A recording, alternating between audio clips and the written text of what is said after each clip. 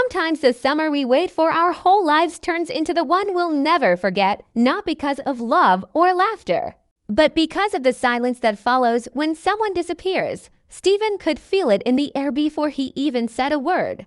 That heavy weight that makes it hard to breathe. The kind that tells you something is wrong even before you know what it is. Conrad was sitting across from him, calm on the outside.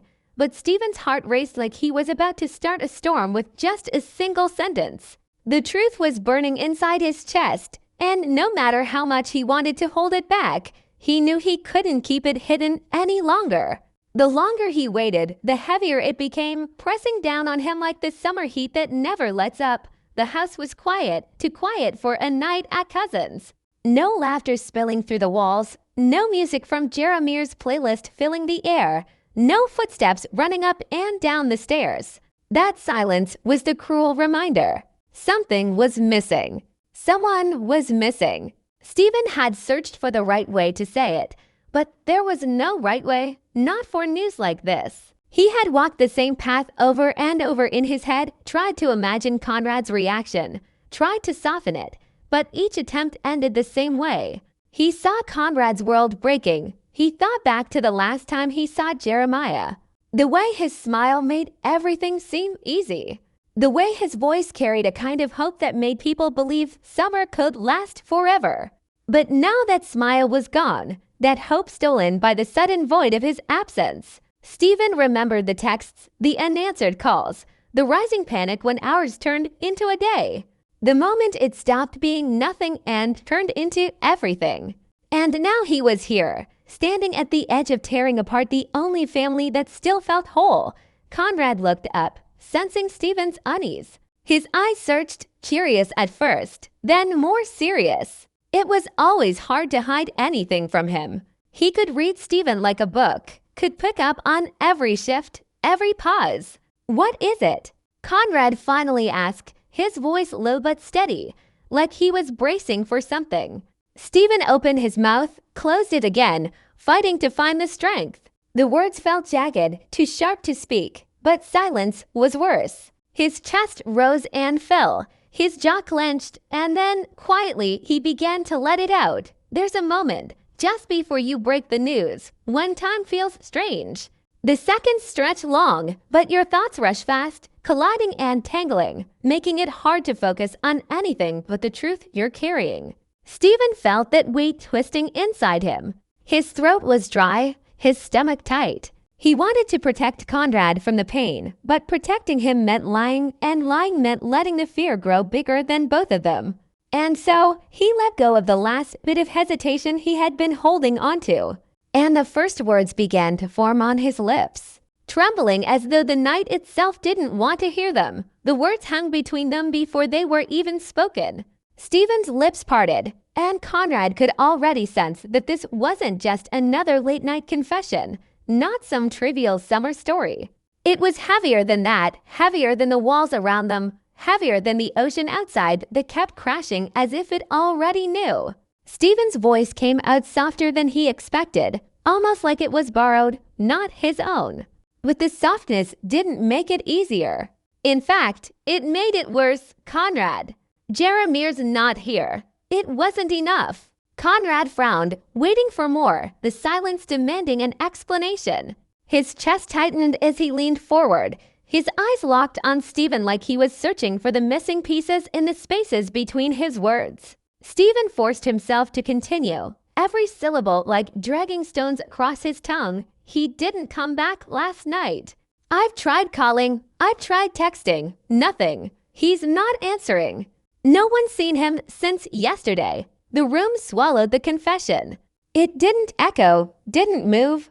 It just sat there, thick and unyielding, filling every corner like smoke. Conrad didn't react right away. He didn't even blink. It was as if his brain had pressed pause, refusing to let the sentence in. He wanted to believe it was nothing, that Jeremiah was off with friends, that he'd show up laughing like always, holding a drink in one hand and tossing some careless joke into the air. That was Jeremiah. That was who he had always been.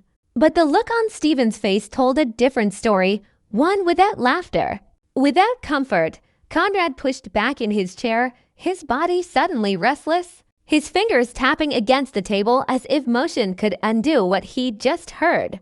"You're saying he's missing." His voice cracked slightly at the word.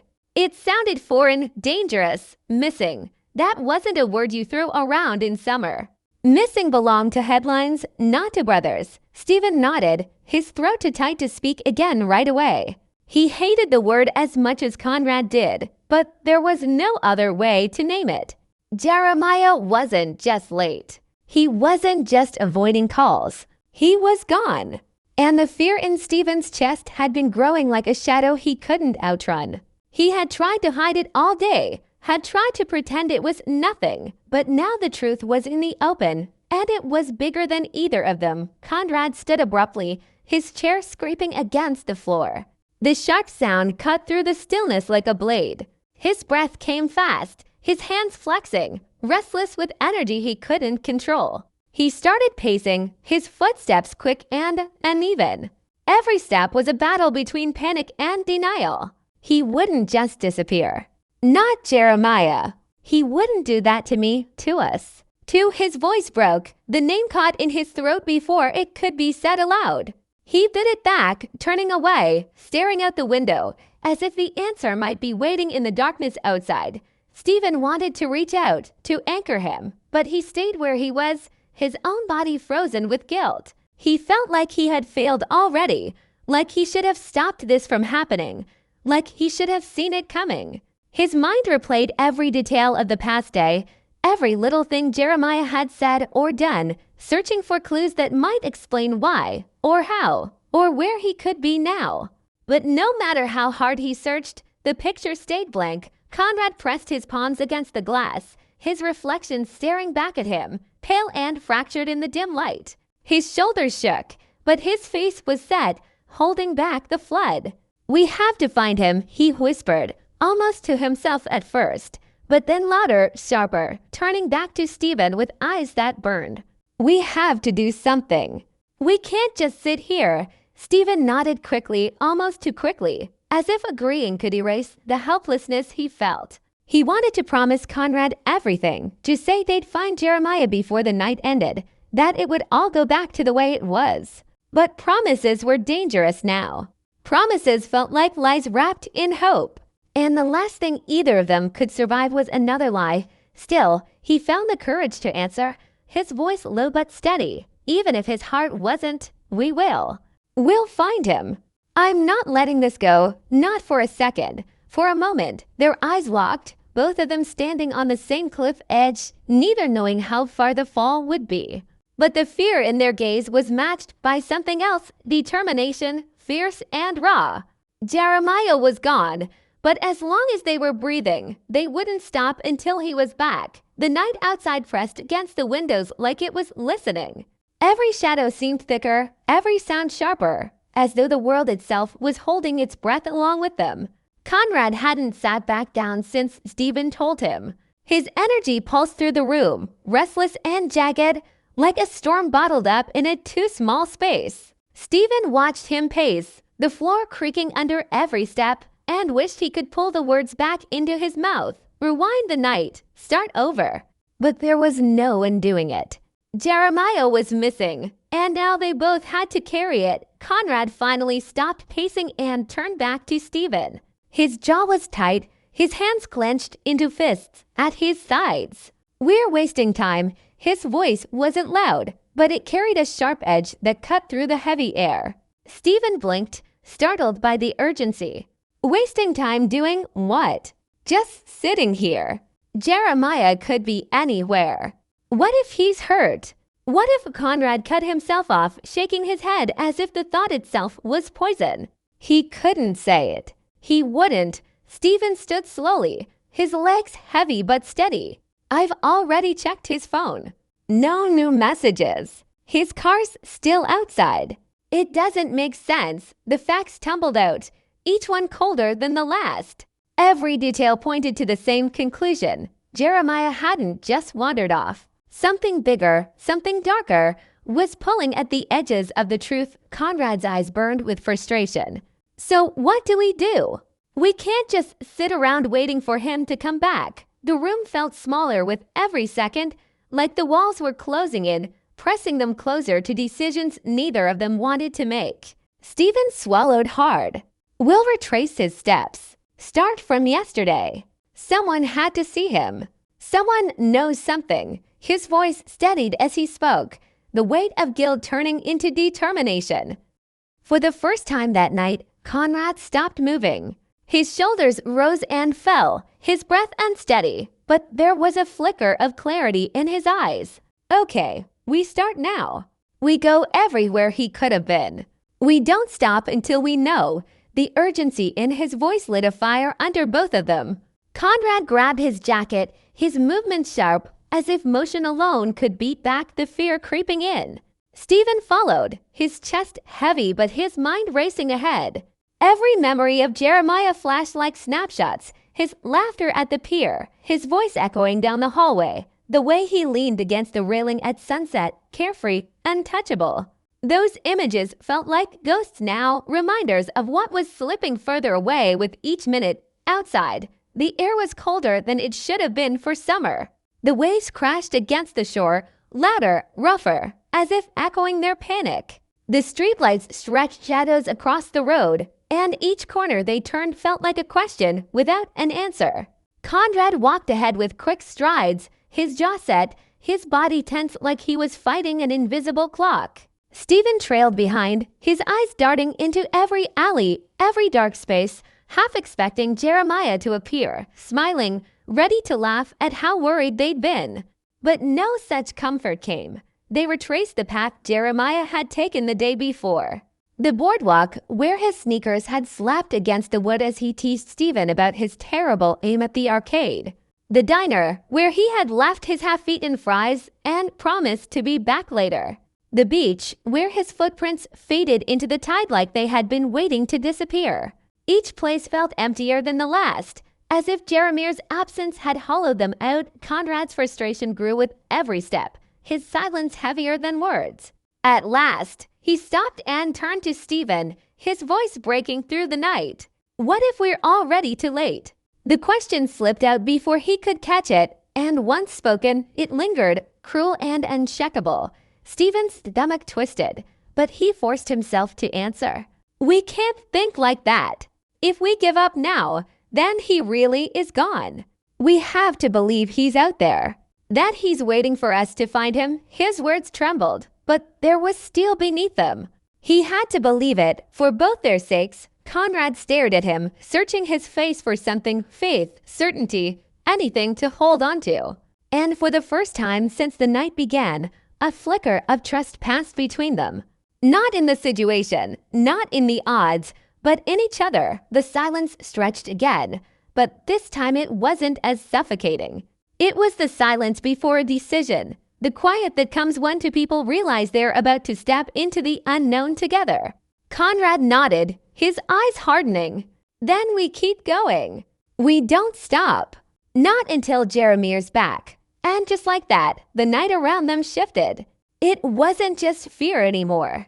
It was a promise. The night deepened, and the town seemed to fold in on itself, the familiar streets of Cousins taking on a strangeness they had never noticed before. Every light flickering in the distance looked like it might belong to him. Every echo of footsteps made their hearts jump, only to dissolve into nothing but empty air. Conrad and Stephen pushed forward anyway, their determination carrying them through exhaustion, through fear, through the heavy silence that clung to every place Jeremiah should have been but wasn't dot at the pier.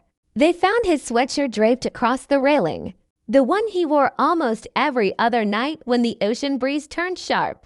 The fabric was damp, clinging to the wood like it had been forgotten in a hurry.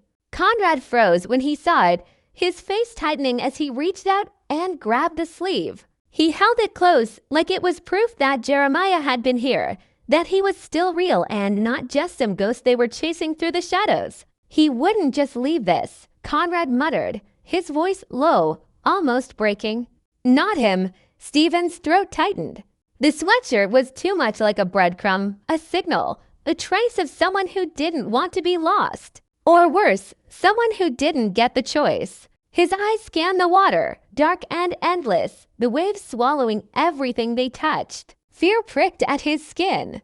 "We don't know what it means yet," Stephen said carefully, though inside he was spiraling. "It could be nothing. It could mean he just..." His words trailed off because he didn't believe them. Neither of them did. Conrad's grip on the sweatshirt only grew tighter. His eyes flickered with something fierce, something dangerous, a refusal to let despair take root. "He's out there," he said firmly, as though saying it aloud might will it into truth. "And I'll find him, no matter what it takes." The hours bled together as they searched, each corner of town yielding more questions than answers. At the old arcade, the lights still humming faintly, Stephen spotted Jeremiah's keychain on the ground, the one shaped like a sunburst. He crouched down, picking it up with trembling fingers, and for a moment he couldn't breathe. It was warm from the pavement, as if it hadn't been lying there long. He looked up at Conrad, and the fear in both their eyes mirrored the other. The world wasn't just empty of Jeremiah anymore. It felt like it was taunting them with fragments of him. Scattered pieces leading them forward, but never to the whole. Their search carried them to the edge of the woods behind the beach. A place they had all run through countless times as kids, daring each other to venture deeper. But tonight it wasn't the same. The trees pressed in like walls, their branches clawing at the sky, their shadows pooling thick on the ground. Stephen hesitated, his stomach twisting. "What if we don't come out with answers?" he whispered, more to himself than to Conrad. Conrad didn't pause. His steps were steady as he pushed past the first row of trees, the sweatshirt still gripped in his hand like a lifeline. "Then we keep looking until we do." His voice carried through the darkness, not loud, but certain in a way that anchored them both. The woods were alive with unfamiliar sounds, the snap of branches, the rustle of unseen movement, the far-off call of something neither of them could name. Each noise jolted them, feeding the tension already stretched tight. Stephen's flashlight beam wavered, sweeping across tree trunks and tangled roots, catching glimpses of things that looked too much like movement. But it was always nothing, always the night playing its tricks. Still, every step forward felt like walking deeper into the unknown. Like they were chasing not just Jeremiah, but the truth that had been hiding in the shadows all along. At last, they stumbled onto a clearing, the moonlight breaking through in pale silver beams. And there, carved into the dirt, were fresh footprints. 2 sets, one lighter, one heavier. Conrad dropped to his knees, his chest heaving as he stared at them. His fingers traced the edges of the prints, desperate for answers. "He was here," he said, his voice thick. Someone was with him. The words cut through Stephen like glass. Someone was with him. The thought wasn't just frightening. It was a new kind of terror. Because if Jeremiah hadn't left alone, then someone else knew where he was now. Someone else was part of this story. Conrad looked up, his face pale but his eyes burning with fire. "We're not stopping," he said, his voice shaking but fierce. "I don't care who it is, or what it takes. I'm going to bring him back." And in that moment, Stephen knew it too. Whatever mystery had swallowed Jeremiah, whatever darkness had pulled him from their world, they were already in it now. They couldn't turn back, couldn't stop, couldn't breathe until they found him. The night around them felt charged, as though it was only the beginning of something bigger, something far more dangerous than they had imagined. The footprints stretched into the woods like a path waiting to be followed. And as Conrad and Stephen stepped forward, side by side, the summer they thought they knew slipped further away, replaced by a truth that was waiting in the dark, ready to change everything.